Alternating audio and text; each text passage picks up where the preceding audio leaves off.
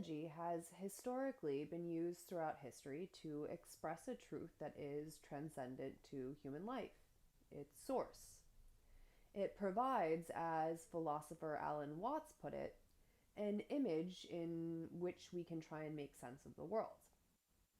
It does so through the use of rich symbolism, archetypal characters, and moral stories that pass on eternal truths in the way that caters to the time and mindset of the common people within it.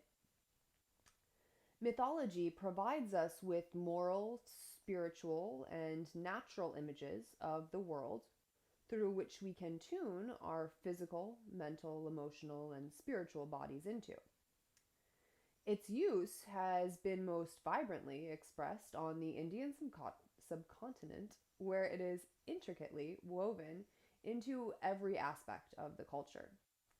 The stories of Indian myths, as seen within Hinduism and the ancient holistic system of medicine Ayurveda, stem from the earliest known scriptures to man, the Vedas, and are predominantly presented also in the Puranas. Viewed from a purely historical perspective, the time period in which the Puranas, the Itihasa, Mahabharata, and Ramayana were composed, as well as the epic and early sutra period, fall under what Gregor Mayel refers to as the philosophy phase, which within the history of yoga. And it's during this phase that we also begin to see an external division, yet also a call for union, in the paths of yoga, each suited for the different mind types that come along with the now fluctuating states of mind seen in man. On one end of the spectrum, the differing philosophies of India begin to emerge to explain the one truth to the many, often for those more drawn to the intellectual path or jnana. At the same time, we also see an increase in epics and mythological stories around an ever growing number of deities, divine, and demonic forms. The characters in the mythological stories act as archetypes, and the stories themselves recipes for harmonious existence, with an appeal now to those with a more devotional or bhakti tendency. The nectar of these myths is drawn from the Vedas, which in itself can be viewed as a microcosmic example of the one stemming from the many. This is eloquently illustrated in the Puranas, a collection of ancient stories conveying the social, moral, and spiritual principles of the Vedas. In the story of the Jyotirlinga, the pillar of light, Brahma and Vishnu, who are viewed as the creator and preserver within Hindu mythology, respectively, are debating who the Great One is. When Brahma finally demands to know who is greater than him, the creator, a blinding and limitless pillar of light emerges before them.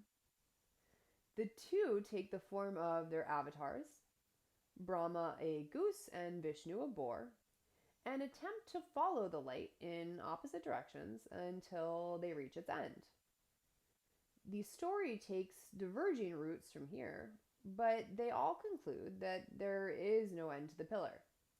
Shiva, the destroyer, eventually emerges from its omnipotence, taking the symbolic form of the Supreme One, and as such, destroying ignorance. Shiva's emergence from that which has no beginning or end is symbolic of the mind's desire to put a face on the faceless. In the end, what we can take from this story, though, and those like it, is that we all emerge from the limitless and therefore have limitless potential ourselves. This is a common theme throughout most religions and seen in the Bible when Jesus says, "I and my Father are one." The pillar also symbolizes duality and the world of opposites, God and man, good and evil, pleasure and pain, and so on. A front implies back. Light implies dark. They go together. As Ram Dass beautifully put in Be Here Now, the only way out is to take these poles of every sets of opposites and see the way in which they're one. And this is a foundational theme of the Tantric school of yoga. The underlying principle of I am that all arises from the same source, is countlessly propounded in the Upanishads and is beautifully exemplified in the Mundaka Upanishad, which says, as a spider spreads and draws its thread, as plants and herbs sprout from the earth, as hair emerges from the living being, so out of the imperishable does the universe emerge. In this Upanishad, which is a dialogue between Brahma and a householder, Brahma goes on to say, from him who knows all and understands all, whose tapas or discipline consists of knowledge, evolved this Brahma, name, form, color, matter. From the beginning, and I mean literally from the beginning, as many stories do begin with this creation story, the Upanishads and Puranas establish that all stems from Brahman, or this ultimate source, pure consciousness, God, divinity, whatever you want to call it. With this in mind, as we view the Hindu deities, we must consider their names, their forms, their colors, what they're made of, what foods they carry, and so on. More simply put, we must consider the symbolic meaning behind their names, appearances, the flowers they're holding, weapons, etc., that they're generally depicted with in art, scripture, and in the mantras we recite, rather than getting so stuck on any religious connotations. For example, when we look at an image of Shiva, the destroyer, we see that he is commonly depicted smeared with ashes, with 3 eyes, matted hair, and 4 arms. In one hand he holds a trident, in the other his drum. The other 2 hands display protection and boon or gift-giving mudras or gestures. He's usually adorned with snakes and skulls and has a blue throat, representing that he has conquered the ego and poisons of the manifest world. Everything about him, from his physical appearance to the items that he holds, as well as his vehicle, a bull, are symbolically explained in the Puranas as a method of explaining deeper truths and providing a personification of the boundless void from which we spring.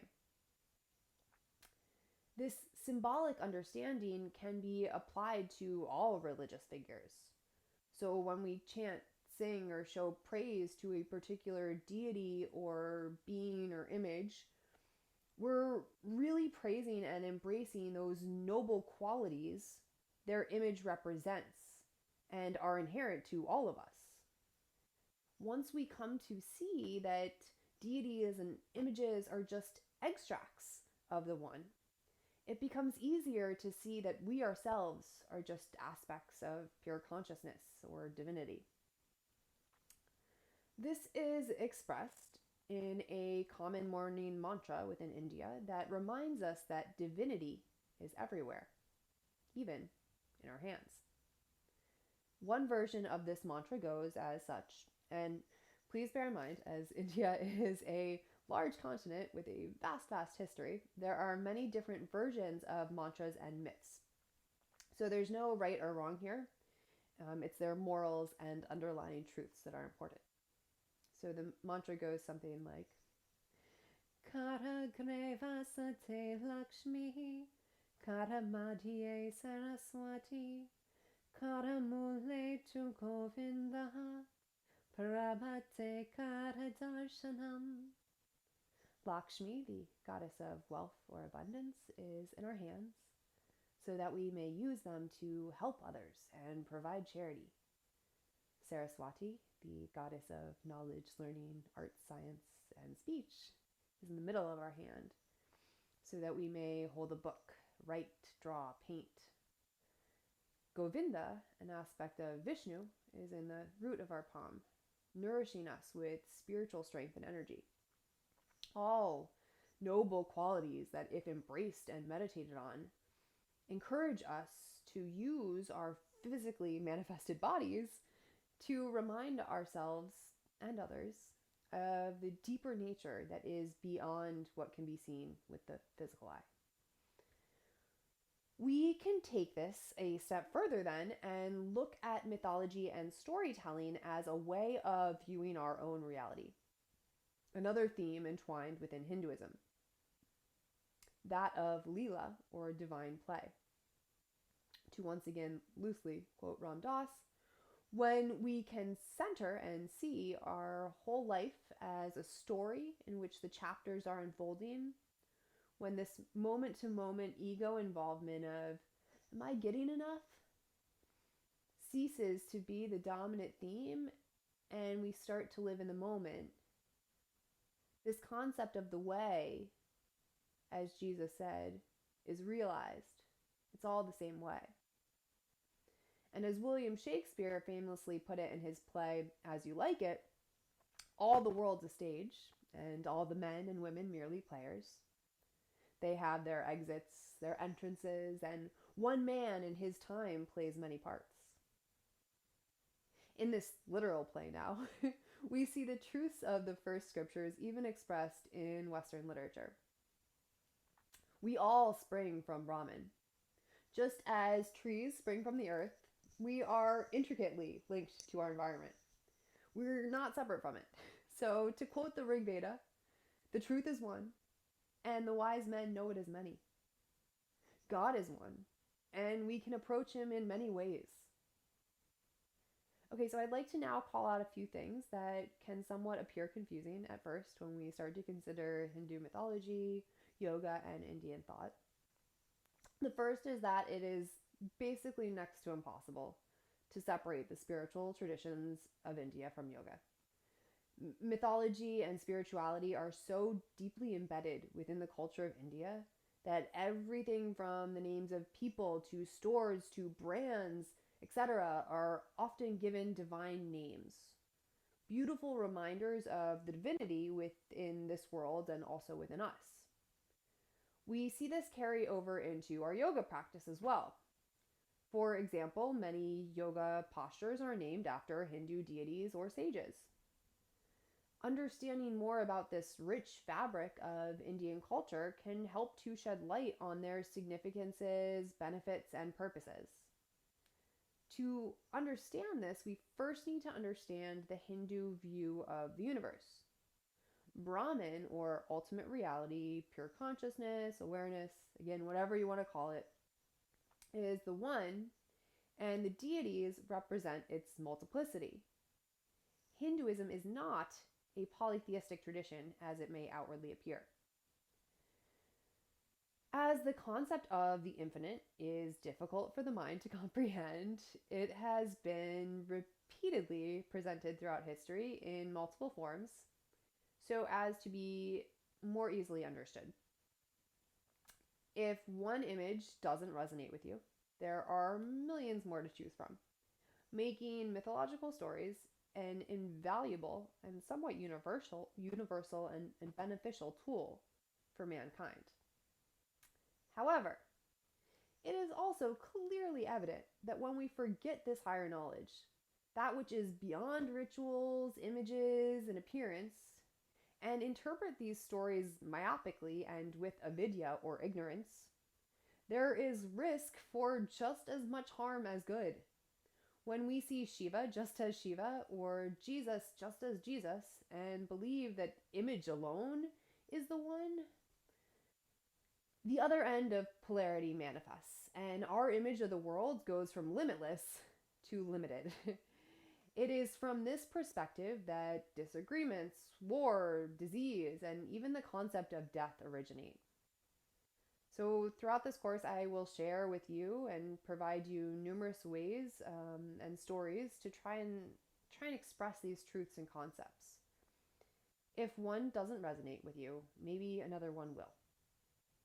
I encourage you throughout this course to keep an open mind, and I hope you enjoy.